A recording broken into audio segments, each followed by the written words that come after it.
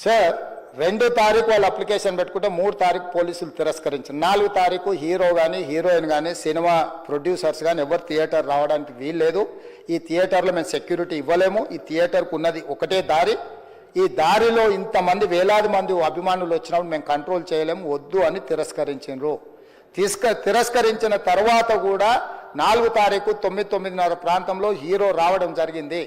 రావడం కారులో వచ్చి థియేటర్లో పోయి సినిమా తెచ్చి మళ్ళీ కారులో వెళ్ళిపోతే పెద్దగా ఇంత ఇబ్బంది జరుగుతుండేనేమో లేదో నాకు తెలియదు.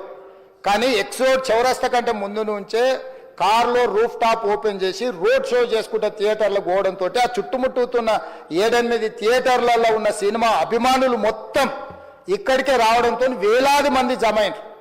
ఆ గేట్ ఒక్కసారి హీరో కారు లోపలికి పంపించడానికి ఆ ఉన్న గేటు తెరవడంతో వేలాది మంది ఒక్కటేసారి ఉప్పెనలాకి వచ్చారు. ఆ ఉప్పెనలో చనిపోయిన రేవతి, ఆమె కొడుకు, భార్య, భర్త, కూతురు వాళ్ళు అలాగైపోయి కొడుకు తల్లి ఒక పక్కన పోయి ఆ జనాల నుంచి తప్పించుకొని టికెట్ చేసుకొని ఆ తొక్కిసలాటలు హీరోను థియేటర్ లోపలికి తీసుకుపోవాలనుకున్న టైంకి అతను బండి మీద రోడ్ షో చేసి దిగేటప్పటికి వేలాది మంది హీరోను కలవడానికి చొచ్చుకొచ్చారు ముందుకు. అసలు అంటే ఈ రకమైన వాతావరణంలో అతన్ని లోపలికి తీసుకువెళ్ళాల్సిన సందర్భంలో అతను ప్రైవేట్ సెక్యూరిటీ ఇవాళ మనం ఫంక్షన్లలో బౌన్సర్లు అని మనం చూస్తూ ఉన్నాం.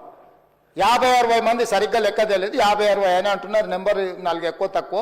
ఆ బౌన్సర్లు అందరు మీదికి వచ్చే అందరు అభిమానులను విపరీతంగా అడ్డంగా ఎట్ల పడితే అట్లా తోయడంతో అటు నుంచి అభిమానులు హీరోని చూడాలి, కలవాలని ఒకవైపు నుంచి వాళ్ళని హీరో దగ్గరికే రానియొద్దని ఆయన ప్రైవేట్ సెక్యూరిటీ వెనక్కి నెట్టడం వల్ల ఈ తొక్కిసలాటలో హీరో థియేటర్కి వెళ్ళి లోపలికి వెళ్ళి చూసినాక పోలీసులు ఈ మొత్తం క్రౌడ్ని ఈ మొత్తం అక్కడ ఉన్న జమైన జనాలను అందరిని కూడా తీస్తే ఒక తల్లి కొడుకు అక్కడ శవాలుగా పడి ఉన్నారు.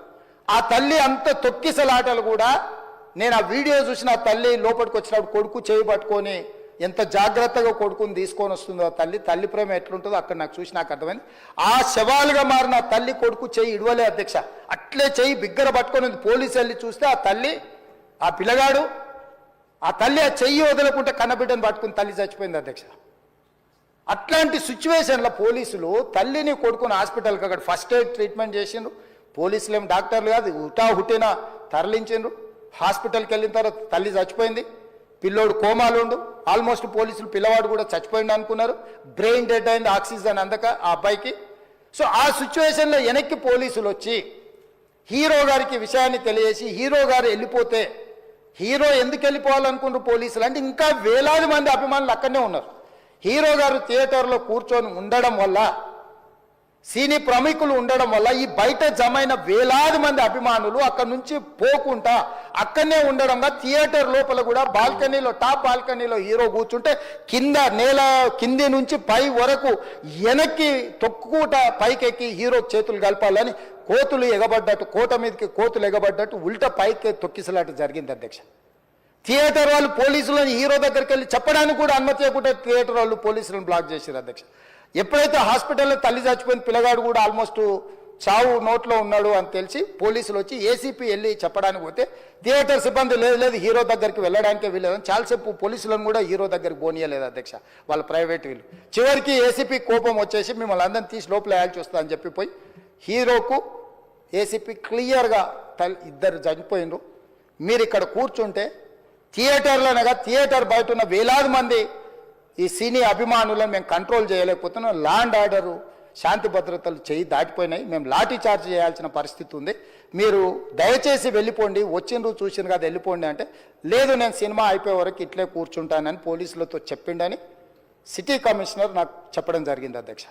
అదేవిధంగా ఇంకా కంట్రోల్ కాకపోవడంతో అప్పుడు డీసీపీ పై అధికారి రంగంలో దిగి వాళ్ళ అందరినీ లోపల వాళ్ళ ఎంబడున్న అడ్డుకుంటున్న వాళ్ళను పోలీసులతో జరిపించి చక్కగా డీసీపీ పోయి హీరో గారికి బయట చనిపోయినరు, పరిస్థితి చాలా గందరగోళంగా ఉన్నది, మీరు ఇక్కడి నుంచి కదలాల్సిందే లేకపోతే మిమ్మల్ని పోలీస్ స్టేషన్కు తీసుకెళ్లాల్సిన పరిస్థితి వస్తుంది, మీరు ఇక్కడి నుంచి కదలాల్సిందే అని బలవంతంగా అతన్ని సినిమా మధ్యలో 12 గంటల సమయంలో రాత్రి 12 గంటల సమయం అట్టిగా ఆ సమయంలో అతను తీసుకొచ్చి బండెక్కిస్తే మళ్ళీ అతను రూఫ్ టాప్ ఓపెన్ చేసి మళ్ళీ చేతులు ఊపుకుంటూ రోడ్ షో చేసుకుంటూ అంటే తల్లి చనిపోయి పిల్లగాడు చావు బతుకుల మధ్యలో ఉన్నాడు, మీరు వెళ్ళండి అని వెనక్కి పంపిస్తే కూడా మళ్ళీ కారులో రూఫ్ టాప్ ఓపెన్ చేసి చేతులు ఊపుకుంటా అభిమానులను సంతోషపెట్టుకుంటా రోడ్ షో చేసుకుంటా అతను వెళ్ళిపోయింది అధ్యక్ష.